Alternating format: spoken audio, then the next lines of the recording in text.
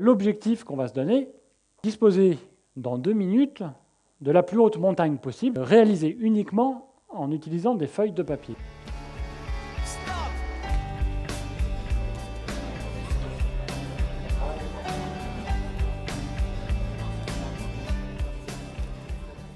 Si on veut pouvoir innover, et si on veut que l'innovation ne soit pas une innovation intéressante, mais qu'elle soit intéressante et utile, il faut avoir un objectif clair, une culture, vouloir toujours plus et vouloir tout à la fois, mais pas n'importe comment.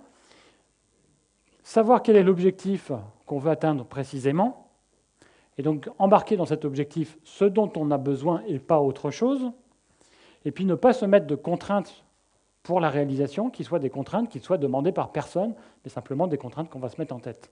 Dans une de mes prochaines expéditions, je vais avoir un déplacement en kayak d'à peu près 5000 km. Je peux raisonnablement avoir pour objectif d'avancer d'à peu près 25 km par jour. Et ça, en faisant à peu près 6 heures d'efforts intensifs en pagayant. Bon, qu'est-ce qui peut faire avancer un kayak? J'ai fait du kayak tracté par cerf-volant. Est-ce que vous préférez pagayer, ramer pendant 6 heures pour 25 km ou faire 40 km en vous reposant? Est-ce que dans votre métier, vous préférez avoir beaucoup d'efforts ou avoir moins d'efforts, moins de contraintes et plus de résultats?